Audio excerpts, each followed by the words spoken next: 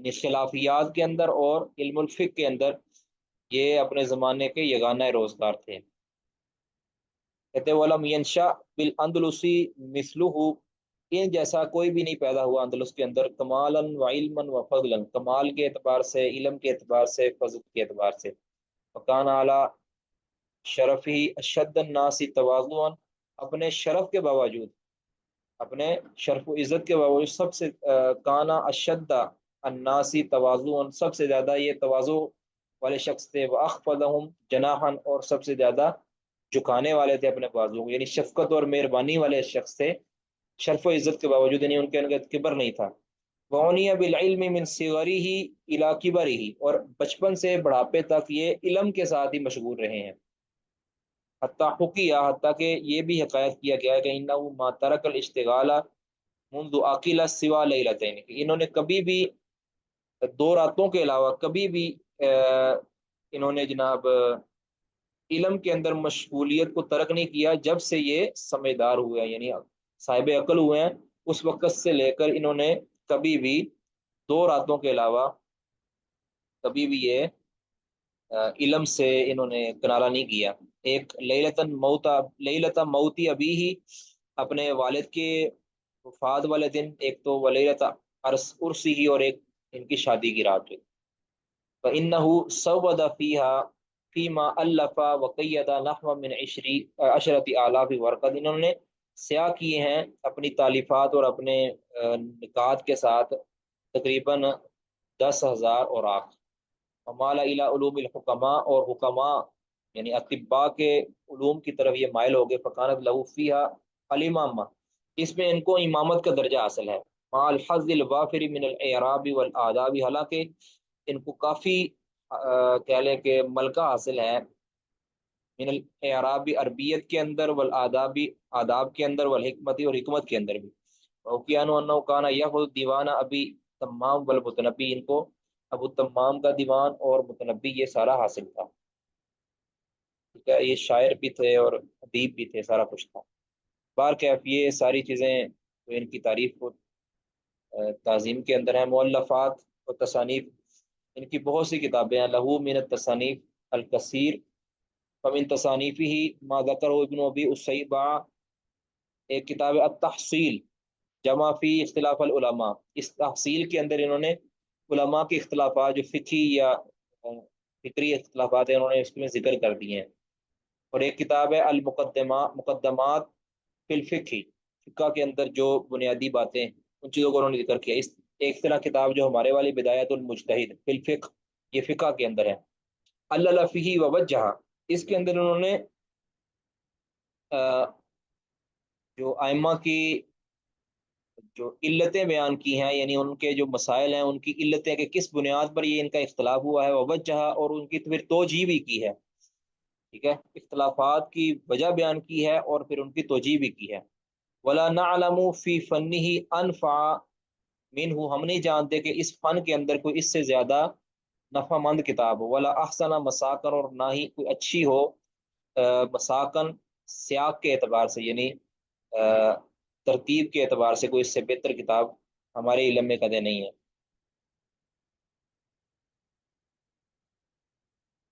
اچھا، آگے ہے اگلی کتاب ہے کتاب الکلیات فی الطب، طب کے اندر ایک کتاب ہے، اس طرح مختصر المستصفی فی الاصول، یہ بھی اصول کے اندر ایک کتاب ہے اصول فقہ کے بارے میں۔ اس طرح شرح ارجوزہ ابن سینا فی الطب، ابن سینا یہ بھی گمراہ تھا اور یہ طب کے اندر اس کی کتاب ہے، اس کی شرح کی ہے۔ اس طرح کتاب الحیوان، اس طرح جوامع کتب ارسطو التالیس، پتہ نہیں یہ کیا کیا، یہ کچھ سائنسدان ہے یہ پرانے، اس طرح منطق کے بارے میں کتاب ہے، اور کئی کتابیں، یہ اتنی ان کی کتابیں ہیں، عقلیات کے بارے میں ہے۔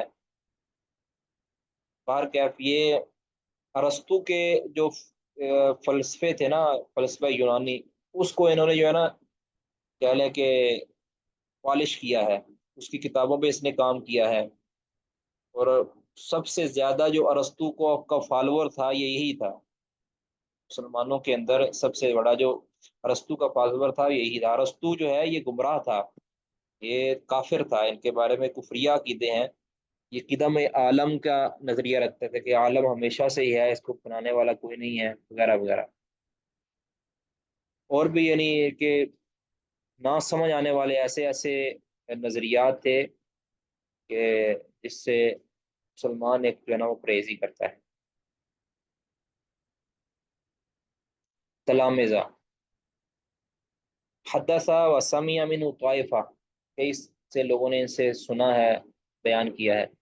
ان میں سے ابو بکر ابن جہور اور ابو محمد ابن حوت اللہ اور ابو الحسن سہل بن مالک وغیرہ۔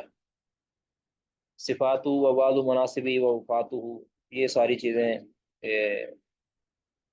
کہتے ذکیًا رس البزتی قوی النفسی اشتغل بالطب علی ابی جعفر ابن ہارون ولازم مدتن، طب میں مشغول رہے اور اس میں مدت تک ان کے ساتھ لازم رہے۔ ولی قضاء کرتبہ، کرتبہ کے اندر عہدہ قضاء پر فائز رہے بعد ابی محمد ابن مغیث کے بعد۔ وحمد سیرت و عظم قدر، ان کی جو سیرت ہے اس کی بڑی تعریف کی گئی اور ان کی قدر بلند ہوئی۔ بارکیف یہ آگے سارا، آگے اگر اصل جو مقصد ہمارا ہے عقیدہ تو، اس کا عقیدہ کیسا تھا، تو کہتے کثر جدل عن حقیقت عقائد ابن رشد، ابن رشد کے عقائد کی حقیقت کے بارے میں بہت زیادہ اختلاف پایا جاتا ہے۔ وکثرت المؤلفات ما بین مؤید و معارض، اس کی بہت سی جو تالیفات ہیں وہ اس عقیدے کے حوالے سے اس کی مؤید بھی ہیں اور ان کے معارض بھی ہیں۔ وَاضْطَرَبَتِ الْأَفْهَامُ فِي تَحْدِيدِ عَقَائِدِهِ وَمَذَاهِبِهِ، اس کے عقائد اور مذہب کے بارے میں حد بندی کرنے کے اندر جو ذہن مختلف ہوئے ہیں۔ بہرکیف یہ جو نیچے شیخ الاسلام ابن تیمیہ وغیرہ نے ان پر سخت نکیر کی ہے، اور ان کی کتابیں بول بول کے بتاتی ہیں کہ ان کے اندر شدید قسم کی گمراہی تھی، معمولی نہیں، شدید قسم کی، کہ بنیادی جو مسلمانوں کے عقیدے ہیں ان کے اندر ہی گمراہی تھی، بلکہ بعض نے تو ان کی تکفیر بھی کی ہے۔ بلکہ اپنے اس ساری چیزوں سے ہٹ کر جو ان کا کام بدایت المجتہد کے اندر ہے وہ لائق تحسین ہے، ٹھیک ہے، ان کے صاحب علم اور صاحب فراست ہونے کے اندر کوئی شک دو رائے نہیں ہے۔ باقی ان کے نظریات اس کے اوپر بات جب ہوگی تو پھر ہوگی، وہ تو کوئی بھی ہے، کسی کا ماہر فن ہونا الگ بات ہے، کسی کا صحیح العقیدہ یا فاسد العقیدہ ہونا یہ الگ بات ہے، ٹھیک ہے۔ اچھا، ان کی غلط فیما یلی ذکر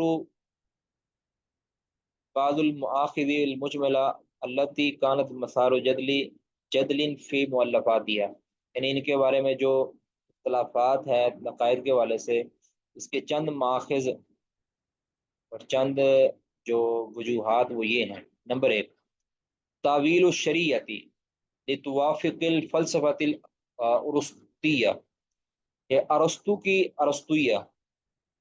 کا جو فلسفہ ہے اس کے ساتھ موافقت پیدا کرنے کے لیے اس نے شریعت کی تعویل کر دی، یعنی جو اس کا فلسفہ تھا جو کہ عقل کا بلکہ بے عقلی کا مجموعہ تھا، اس کے ساتھ موافقت پیدا کرنے کے لیے اس بندے نے شریعت کے کئی ایک احکامات کی تعویل کر دی، ٹھیک ہے، کہ یہ ارسطو کا فالوور تھا شدید۔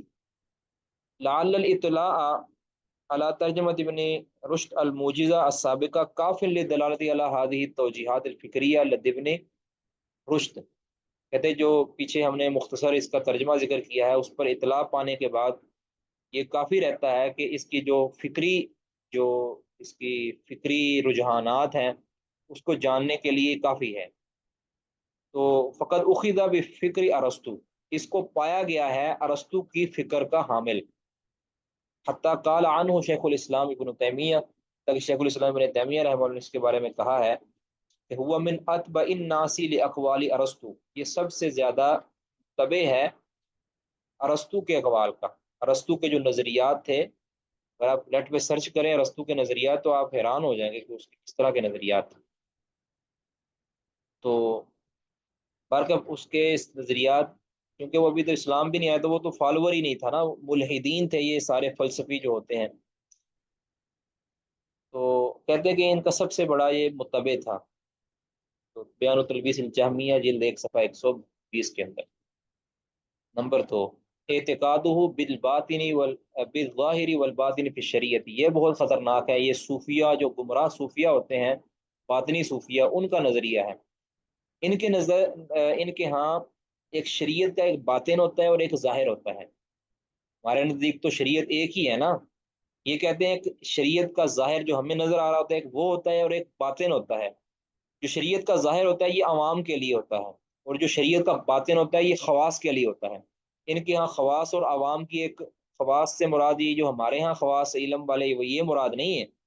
یہ ان کے ہاں کچھ ایسے صوفیہ ہوتے ہیں کہ جو جو یعنی خاص ہو جاتے ہیں، یعنی جو انہوں نے ایسی تپسیا کر لی ہوتی ہے کہ جو وہ خصوص خاص لوگوں کے اندر شامل ہو جاتے ہیں۔ پھر جب وہ خاص ہو جاتے ہیں تو پھر ان کے لیے شریعت کے ظاہر پر، شریعت کا ظاہر مطلب نماز پڑھنا، یہ جو روزہ رکھنا، یہ ساری شریعت کا ظاہر ہے۔ ان پر عمل کرنا ان سے ساقط ہو چکا ہوتا ہے، ٹھیک ہے۔ جس کو وہ بعض صوفیہ جو ہے نا، مختلف ان کے شاخیں ہیں نا، کچھ اس کو یقین کا درجہ کہتے ہیں، ٹھیک ہے نا، مقام یقین کہتے ہیں۔ وہ قرآن پاک کی آیت ہے نا، اس کی بھی وہ تعویل کرتے ہیں نا، تحریف کرتے ہیں کہ وَعْبُدْ رَبَّكَ حَتَّىٰ يَأْتِيَكَ الْيَقِينُ، کہ اے پیغمبر آپ اللہ کی عبادت کرتے رہیں تاکہ آپ کے پاس یقین آ جائے۔ اب یقین سے یہاں مراد موت ہے اللہ کی، ٹھیک ہے؟ آپ موت تک اللہ تعالیٰ کی عبادت کرتے رہیں۔ تو وہ یہ کہتے ہیں کہ مقام یقین ایک ہوتا ہے، جب تک انسان کے پاس مقام یقین نہیں آتا تب تک وہ مکلف ہوتا ہے عبادات کا۔ جب اس کے پاس مقام یقین آ جاتا ہے تو وہ اس عہدے پر فائز ہو جاتا ہے کہ اب اس کے اوپر سے جو فرائض اور واجبات ہیں وہ ساقط ہو جا کے، اب وہ اللہ کی عبادت کرے نہ کرے برابر ہے، کیونکہ وہ اس مقام پر پہنچ چکا ہوتا ہے کہ جس مقام پر وہ عبادات کر کے پہنچنا چاہتا ہے۔ یہ ان کے ہاں ایک، تو باہر کیف یہ ایک گمراہ جو ملحد قسم کے صوفیہ ہیں، جو زندیق قسم کے صوفیہ ہیں، وہ تقسیم کرتے ہیں شریعت کی باطنی اور ظاہری، ٹھیک ہے، باطنی اور ظاہری۔ کے باطنی جو شریعت کے اوپر عمل کرنا ہے یہ عوام کا کام نہیں، عوام نہیں کر سکتے، عوام کے لیے ظاہر پر عمل کرنا ضروری ہے۔ لیکن جو جو خواص ہوتے ہیں، جو ان کے ہاں خواص ہوتے ہیں، اور ان کے پھر مرتبے ہوتے ہیں، درجات ہوتے ہیں، جس کے ذریعے جس جس سیڑھی پر وہ مختلف انداز سے چڑھتے ہیں، وہ جو جو سیڑھیاں انہوں نے لگا رکھی ہیں، اور جو اس سیڑھیوں کی کہہ لیں کہ کڑیاں ہیں، وہ ہی بذات خود باطل ہیں۔ مثلا یہ کام کرو گے تم اس درجے پر فائد ہو جاؤ گے، یہ کرو گے یہ اس درجے پر فائد ہو جاؤ گے، تو اس طرح کی وہ چیزیں اپنے کہتے ہیں نفس کے اوپر جبر کرنا پڑتا ہے، اپنے نفس کو مارنا پڑتا ہے، اپنے جو کئی جائز چیزوں کو چھوڑنا پڑتا ہے، تب جا کے انسان جو ہے اس درجے پر فائد ہوتا ہے۔ پھر وہ انسان سے جو شریعت کا ظاہر ہے وہ ساقط ہو جاتا ہے، اور پھر شریعت کا جو باطن ہوتا ہے وہ کہتے ہیں بھی بندہ اور رب کے درمیان پھر فاصلہ مٹ جاتا ہے۔ تو اللہ معاف کرے، اس طرح کی جو ہے نا اعتقاد ہوتے ہیں۔ بلکہ یہ جو صوفیہ اور باطنی صوفیہ ہیں، ان کے نظریات مختلف ہیں۔ جو جتنا بڑا گمراہ ہوگا اتنا پھر وہ عجیب و غریب عقیدہ لے کر آئے گا۔ بلکہ اس کا ابن رشد قرطبی کا یہ عقیدہ تھا کہ وہ اعتقاد بالظاہر والباطن فی شریعت، کہ شریعت کے اندر ظاہر بھی ہے اور باطن بھی ہے۔ یقول ابن رشد، ابن رشد کہتے ہیں فی کتابی، اپنی کتاب کشف عن مناہج الادلہ کے اندر، یہ صفحہ نمبر بھی دیا ہے، الشریعت قسمان، شریعت کی دو قسمیں ہیں، ظاہر و مؤول،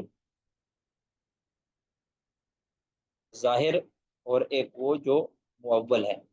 وہ ظاہر منہا ہوا، اور جو شریعت کا جو ظاہر حصہ ہے وہ ہوا فرض الجمہوری، وہ جمہور یعنی عوام کا فرض ہے۔ والمؤول، اور جو شریعت کا مؤول حصہ ہے وہ فرض العلماء، وہ علماء کا فرض ہے۔ وأما الجمهور وفرضهم فيه حمله على ظاهره وترك تاويله، وأنه لا يحل للعلماء أن يفصحوا بتاويله للجمهور كما قال علي حديث الناس بما يفهمون، یہ ساری بات۔ وقد استغرق ابن رشد في تقرير هذه الفكرة الباطنية في كتبه، کہتے وہ مستغرق ہو گئے تھے اپنے اس نظریے کو، اس باطنی نظریے کو ثابت کرنے کے اندر، فی کتبی، اپنے کتابوں کے اندر، یعنی بہت زیادہ انہوں نے یہ چیزیں کی، حتیٰ انہ جعل جعل من ابرز سماعت الفرقۃ الناجیۃ، حتیٰ انہ جعل من ابرز سماعت الفرقۃ الناجیۃ من امت محمد انہا ہی التی سالک الظاہر الشرعی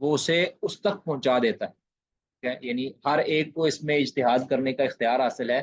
اس طرح اجتہادی مسائل کے اندر ہوتا ہے نا کہ بندہ نصوص کے ظواہر اور کو آپس میں جمع کر کے کوئی نہ کوئی نظریہ قائم کر لیتا ہے. کہتے ہیں یہ اعتقادی مسئلہ ہے ہی نہیں، نعوذ باللہ، یہ تو اجتہادی مسئلہ. قال کہتے ہیں والحق فی هذه المسئلہ، اب یہ اس کی عبارت ہے کہ اس مسئلہ کے اندر، یعنی جو بعث بعد الموت کے مسئلہ کے اندر حق یہ ہے کہ انا فرض کلی انسان فیہا، کہ اس میں ہر انسان کا جو حصہ ہے، وہ ما ادا الیہ نظرہ فیہا، یہ وہی ہے کہ جو اس کا نظریہ یا اس کی جو تحقیق اس کو پہنچا دیتی ہے. یعنی ٹھیک ہے، اسی طرح کی اس نے ملتی جلتی بات کی ہے.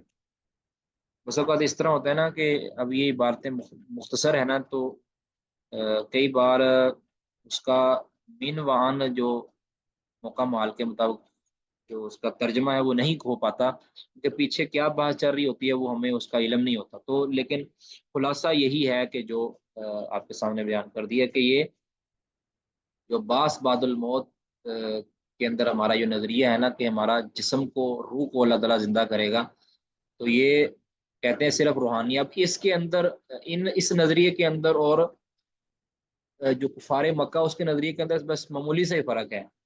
وہ صرف یہ ہے کہ وہ روحانی اور جسمانی کسی بھی معاد کو نہیں مانتے، اور یہ صرف اور صرف روحانی معاد کو مانتے ہیں، جسمانی معاد کو انکار کرتے ہیں. ولعل من ابرز سماعت منهج ابن رشد فی کتبہ وفی الوقت نفسی من ابرز اسباب اخطائی ہوا عدم العنایت. کہتے ہیں یہ ساری جو ابن رشد کی کتابوں کے اندر یہ جو اس کے منہج کی خرابی ہے اور جو اس کے عقائد کی خرابی ہے، اس کی بڑی وجہ وہ ہے عدم العنایت بسنت النبویہ مصدرا من مصدرات التشریع، کہ انہوں نے سنت نبویہ کو یعنی مصادر تشریع کے اندر بنیادی حیثیت نہیں دی، بنیادی نصیحت نہیں دی مصادر شرعیہ کے اندر. ٹھیک ہے، یعنی شریعت بنانے کے اندر اس نے سنت نبویہ کے اندر وہ مصدر قرار دینے کے اندر توجہ نہیں دی. کہتے ہیں اب دکتور خالد کبیر ہلال فضا اللہ کہتے ہیں کہ ابن رشد لم یؤتس لسنتی النبویۃ مکانتہا، انہوں نے سنت نبویہ کو اس کا وہ مقام نہیں دیا لائقۃ بہا جو اس کے لائق ہے. کمصدرین اساسین، جس طرح ایک اساسی مصدر کا اس کو حق حاصل ہے، اس طرح کا مقام اس نے نہیں دیا للشریعت الاسلامیہ بعد القرآن کریم، قرآن کریم کے بعد جو شریعت اسلامیہ کا اس کو اساسی مقام حاصل ہے وہ نہیں اس نے دیا. ولم يتوسع في استخدامها في كتبه الكلام کلامیہ والفلسفیہ. تو کہتے ہیں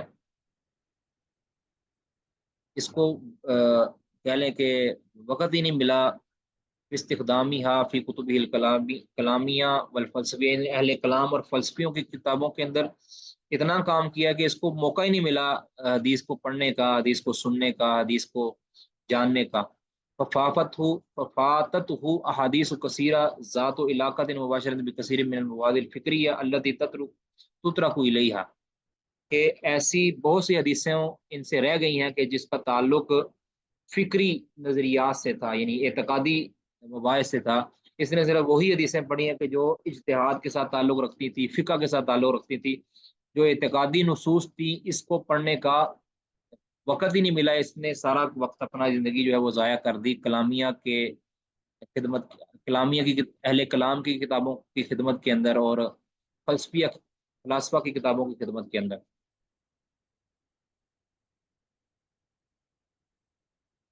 ٹھیک ہے، یہی اس کی وجہ بنی ہے. باقی اور بھی اگر آپ نے اس کے بارے میں جانا. اب سوال یہ ہے کہ ہم اس کی کتاب پڑھ کیوں رہے ہیں. تو یاد رکھیں کہ اس کی گمراہی کوئی شک نہیں ہے کہ اپنی جگہ پر ہے، لیکن جو گمراہ بھی ہوتے ہیں نا، یاد رکھیں جو بدعتی ہوتے ہیں یا گمراہ ہوتے ہیں، اگر ان کی کوئی اچھی کاوش ہو اس کو پڑھنے کے اندر حرج نہیں ہے.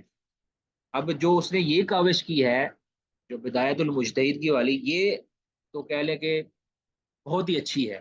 یعنی اس کے اندر کوئی اس نے کوئی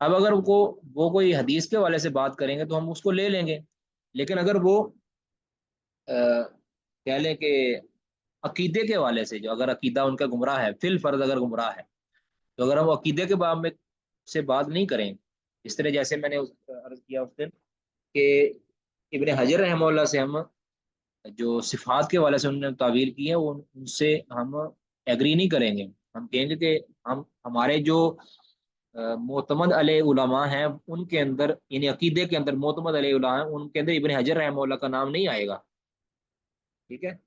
تو ہر فن کے اندر جو جہابذہ ہوتے ہیں ان کی طرف ہے وہ توجہ کی جاتی ہے۔ اب اگر علل کا آپ نے باب سیکھنا ہے، علل حدیث کا، تو ہم اس کے اندر ابن رشد کی طرف تھوڑی جائیں گے، نہ ہی اس کے اندر ہم حافظ ابن حجر کی طرف جائیں گے، اس کے اندر ہم جائیں گے امام بخاری جیسے لوگوں کی طرف، امام بخاری کی طرف جائیں گے، اس طرح امام احمد بن حنبل کی طرف جائیں گے، امام یحییٰ بن معین کی طرف جائیں گے۔ اس طرح اگر فقہ کا باب ہے تو فقہ کے باب کے اندر ہم ان لوگوں کی طرف نہیں جائیں گے کہ جن کا فقہ کے ساتھ تعلق نہیں ہے، ٹھیک ہے؟ ہر انسان کی جو ہے نا وہ اسپیشلائزیشن ہوتی ہے، تو اس کو اسی اعتبار سے جو ہے نا پرکھا اور حاصل کیا جائے گا۔ تو ابن رشد قرطبی نے اس باب کے اندر، یعنی فقہ کے باب کے اندر اچھا کام کیا ہے، تو اس علم کو لیا جائے گا، اس کوشش کو لیا جائے گا۔ باقی اس کے نظریات، اس کی جو گمراہیاں اپنی جگہ پہ، ٹھیک ہے؟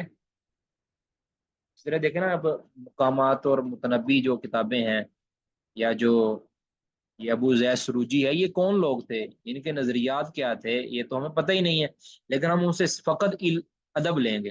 اس طرح وہ کتابیں جو جہلی اشعار پر مشتمل ہیں، بلکہ میں آپ کو مزے کی بات بتاؤں، جب جامعہ کے اندر ہم پڑھتے تھے تو اس وقت مجھے یہ چیز کی سمجھ نہیں تھی، تو یہ جو ہم ادب کی کتابیں پڑھتے تھے نا، اس کے اندر شاعری ہوتی ہے اور عشق و مشوقی کے باتیں ہوتی ہیں، تو میں نے بائیکاٹ کر دیا تھا، میں نے اپنے مشائخ سے کہا کہ میں یہ نہیں پڑھ سکتا، یہ انسان کے دماغ کو خراب کرتی ہیں اور انسان کو دین سے اور تقوی سے دور کرتی ہیں۔ تو مجھے یاد ہے شیخ امن پوری صاحب ان دنوں نا کبھی کبھی آیا کرتے تھے، اس وقت ادھر جامعہ میں پڑھاتے نہیں تھے، تو ہمارے استاد جی نے نا ان کو شکایت لگائی کہ یہ اس طرح کہتے ہیں۔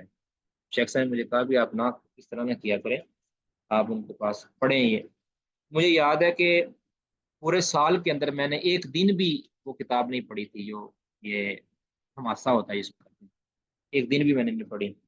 تو جب پیپر تھا آخری دن، تو اب شیخ کہتے ہیں کہ پیپر تو آپ نے دینا ہی دینا ہے، تو پھر مجھے جو ہے نا وہ تیاری کرنی پڑی، اور میں نے ایک دو دن کے اندر جو ہے نا وہ پوری کتاب کو تیار کیا۔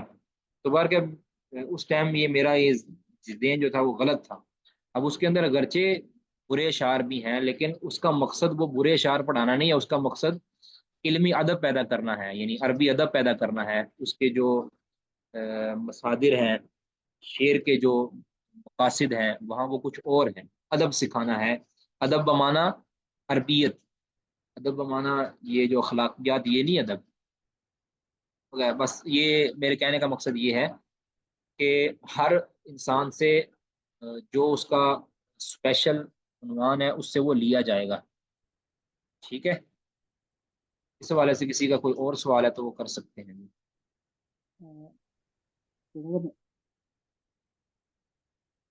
جی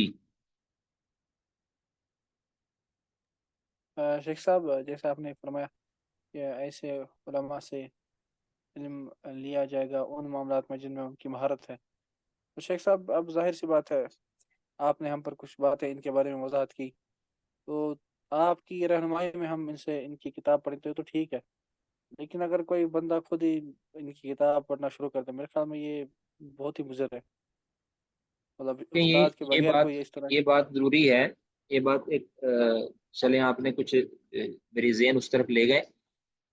یاد رکھیں کہ کسی بھی طالب علم جو کچا طالب علم ہے، اس کو گمراہوں کی کتابیں پڑھنے کی بالکل اجازت نہیں ہے، جب تک وہ اپنے عقیدے کے اندر 100% مضبوط نہیں ہو جاتا نا، 100% مطلب اس کو اپنے عقیدے کی بنیادوں کا بالکل علم ہو جائے، اس کے لیے وہ ان کتابوں کا پہلے مطالعہ کرے گا کہ جو اہل سنت کی عقیدہ کی نمائندہ کتابیں ہیں، ان کا کتابوں کا مطالعہ ہو جائے گا. اس کے بعد پھر سیکنڈ آپشن ہے کہ وہ گمراہوں کی کتابوں، گمراہوں کے نظریات کے بارے میں جو لکھی جانے والی اہل سنت کی کتابیں اس کو پڑھے گا. تو یہ گمراہی ہے، اس کو گمراہی کہتے ہیں، اس کو ہدایت کہتے ہیں. اللہ کے بارے میں ہمارا یہ نظریہ ہونا چاہیے، شریعت کے بارے میں ہمارا یہ نظریہ ہونا چاہیے، وغیرہ وغیرہ. یہ سارے کچھ پڑھنے کے بعد پھر وہ تنقید کرنے کا جو اس کے اندر ملکہ پیدا ہو جاتا ہے، تنقید کا ملکہ پیدا ہو جاتا ہے. پھر وہ گمراہوں کی کتابوں بھی پڑھ سکتا ہے، اس سے علم حاصل کر سکتا ہے. لیکن اس سے پہلے جب تک اس کے اندر مہارت، اس کے اندر تنقیدی ذہن پیدا نہیں ہوتا، اس کے لیے بالکل بھی جائز نہیں ہے کسی بھی وقت وہ گمراہ اس کو اپنی کتاب کے ذریعے، اپنے کلام کے ذریعے، اپنے ادب کے ذریعے، اپنے گفتار کے ذریعے اس کو اپنا قائل، اپنا ہم پیالہ، ہم نوالا کر سکتا ہے. تو اس لیے ضروری ہے وہ جو کچے طالب علم ہیں، جو ابھی منہجی طور پر مضبوط نہیں ہے، ان کو بالکل بھی اجازت نہیں ہے کہ وہ کسی گمراہ کی کتاب کا مطالعہ کریں جب تک کہ ان کو ما لہو و ما علیہ کا پتہ نہیں چل جاتا کسی بھی نظریے کے متعلق. اس وقت تک وہ مطالعہ نہیں کریں گے. ٹھیک ہے جی.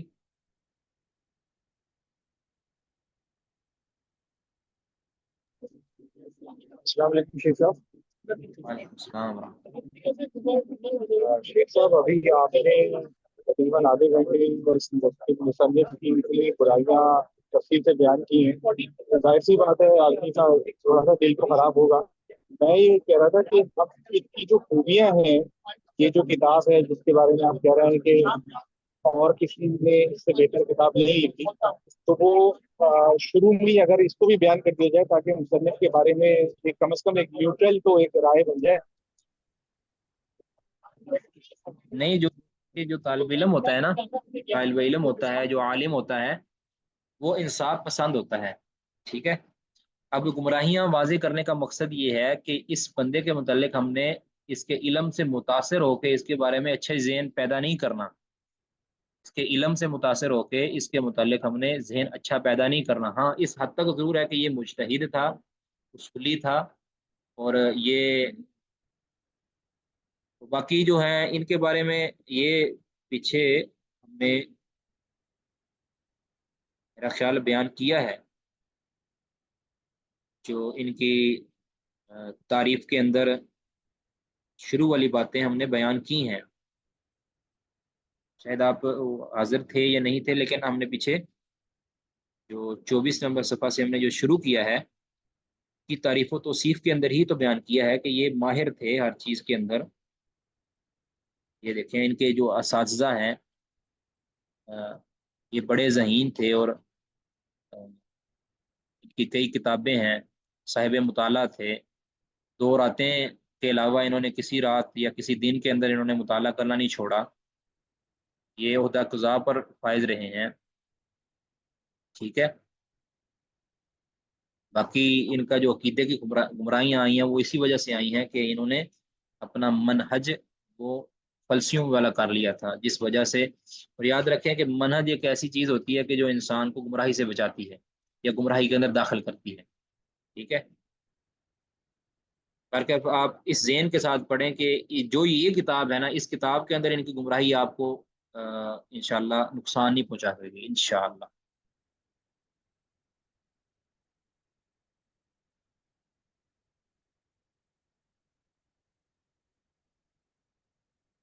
یہ پوچھا گیا ہے کہ کسی بدعتی گمراہ کی کتاب پڑھنا بھی اس کی توقیر میں نہیں ہے. اچھا، من وکر صاحب بدع.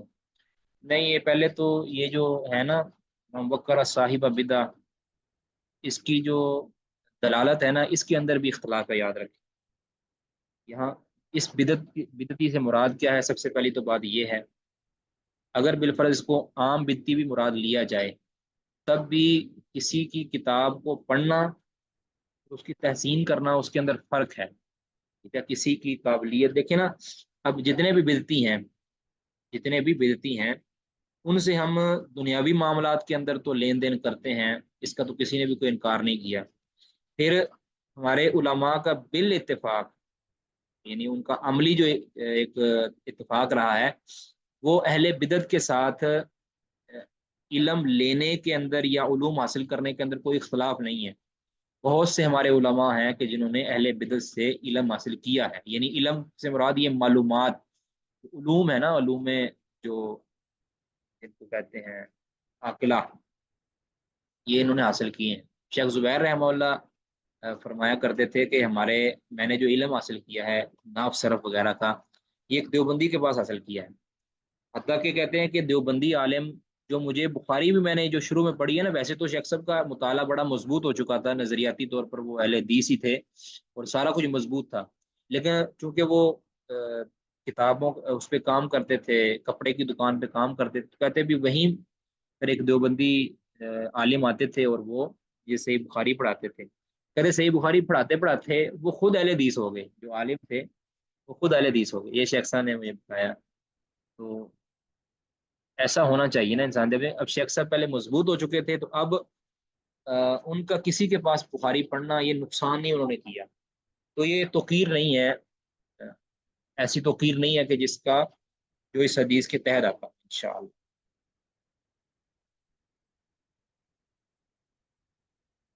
ٹھیک، کسی کا کوئی اور سوال ہے جی؟ ورنہ ہم کلاس کو ختم کرتے ہیں، ٹائم اوپر ہو گیا ہے۔